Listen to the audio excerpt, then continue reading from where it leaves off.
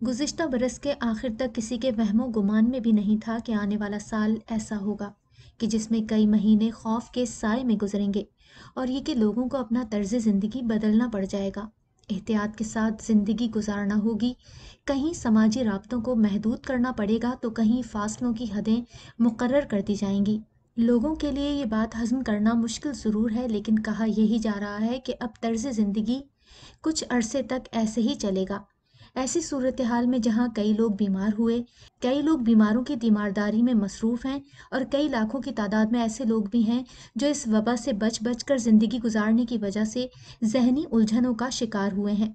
ऐसे में हम सबको मजबूत रहने और अपनी सोच को मुस्बत रखने की ज़रूरत है। अगर कोई खौफजदा है तो उससे बात कीजिए।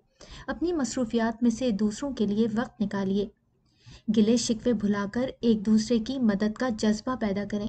देखा गया है कि हम में से बहुत से लोग अपने फ़ोन पर मसरूफियत का स्टेटस लगाए रखते हैं, जिसके बाद उनकी ख्वाहिश होती है कि उन्हें कोई बेजा फ़ोन न करे। ऐसे लोगों को फ़ोन करने से पहले कई बार सोचना पड़ता है।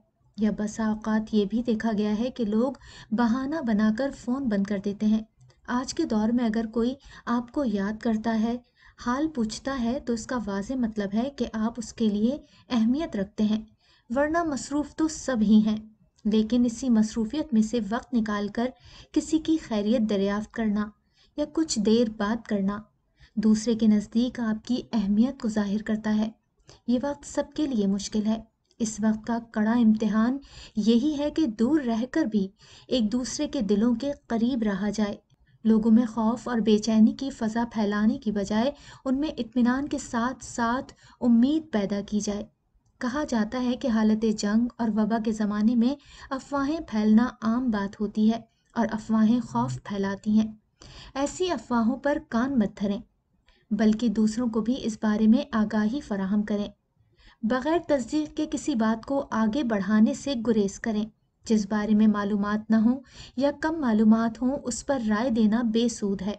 अपने दोस्त अहबाब से गुफ्तगू के दौरान और सोशल मीडिया के इस्तेमाल के दौरान ऐसे मौज़ूआत को लोगों के साथ शेयर करें जिसमें मिज़ाह का पहलू नुमाया हो।